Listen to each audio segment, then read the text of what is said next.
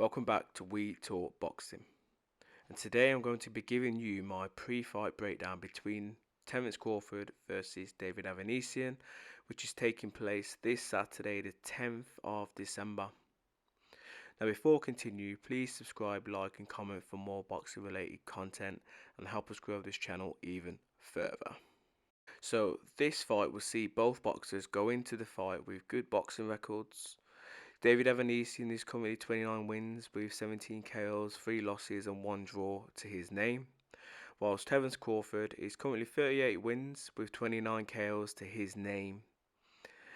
David Avanesyan, his 3 losses came to the likes of, Andrei Kilmov in 2009, which was his second fight, and it was a unanimous decision loss. Then he lost to Lamont Peterson in 2017, which was a unanimous decision loss. And then he lost again in 2018 to Cavaliudius or something like that, which was a 6-round TKO. Now, the champion, Terence Crawford, again, he's the WBA champion and he's also ranked second in the Ring Magazine ratings. And again, because he's champion, he can't be ranked in any of the other sanctioning bodies. Whereas David Avanesyan, on the other hand, is currently ranked number 4 with the WBC, number 8 with the IBF, number 6 with the WBO, and number 8 in the Ring Magazine. And he will be coming into this fight, with a 6-fight winning spree, whilst Crawford, again, he hasn't lost, so again, he's undefeated. So again, you can't say much there, really, can you? So the physical stats, when comparing both guys from BoxRec, sees Crawford being the older man by 1 year, him being 35 years of age, whilst Avanesyan is 34. Both guys are 5'8" in inches in height. Crawford, it suggests that he has the bigger reach advantage of 74 inches compared to David Avanesyan's 68.5-inch reach. And again, the stats reveal that Crawford is the bigger puncher with a 76% KO rate compared to David Avanesyan's 59%. And finally, both guys started their career roughly, give or take, a year apart. Crawford in 2008 and Avanesyan in 2009. So again, fairly similar stats between both guys. But again, the biggest one that stands out here is the KO percentage rate. Obviously, Crawford being quite high. 76%. So again, he should pretty much be the bigger puncher in this fight, or potentially be the one that may probably push for that stoppage or cause the stoppage, really. So when comparing the caliber of opposition both guys have faced today, it reveals, that David Avanesyan has shared the rings with the likes of Andrei Kilmov, Liam Taylor, Josh Kelly, Kerman Lejabara, I can't pronounce that name. He's had 2 fights with the guy. Obviously Lamont Peterson, Shane Mosley, and many, many more fighters as well that he shared the ring with. Whilst Crawford, on the other hand, doesn't need any introductions really. But the caliber of fighters that he shared the ring with have been, high level opposition. And again, some of the names which he's been in there with are such as people like Breedis Prescott. Again, most of you guys will probably remember him because he flattened Amir Khan back in 2008 with a first round KO. He also shared the ring with, again, a common opponent of David Avanesyan's, which is Andrei Kilmov. He's been in there with Ricky Burns, Gamboa, John Molina Jr., Felix Diaz, Jeff Horn, Amir Khan, Kell Brook, and obviously Sean Porter as well. So the level of competition and fighters that he's been in there with have been really, really high.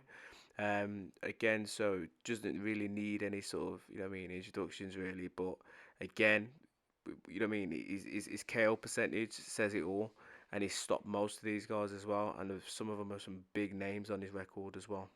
So as I mentioned a moment ago, both of these guys have shared the ring with a common opponent, which is Andrei Kilmov. And Avanesyan, he fought him in his second pro fight in 2009, and he lost by a 6-round unanimous decision. Whereas Crawford, on the other hand, he fought him in 2013 and he won, by a wide score margin, by unanimous decision.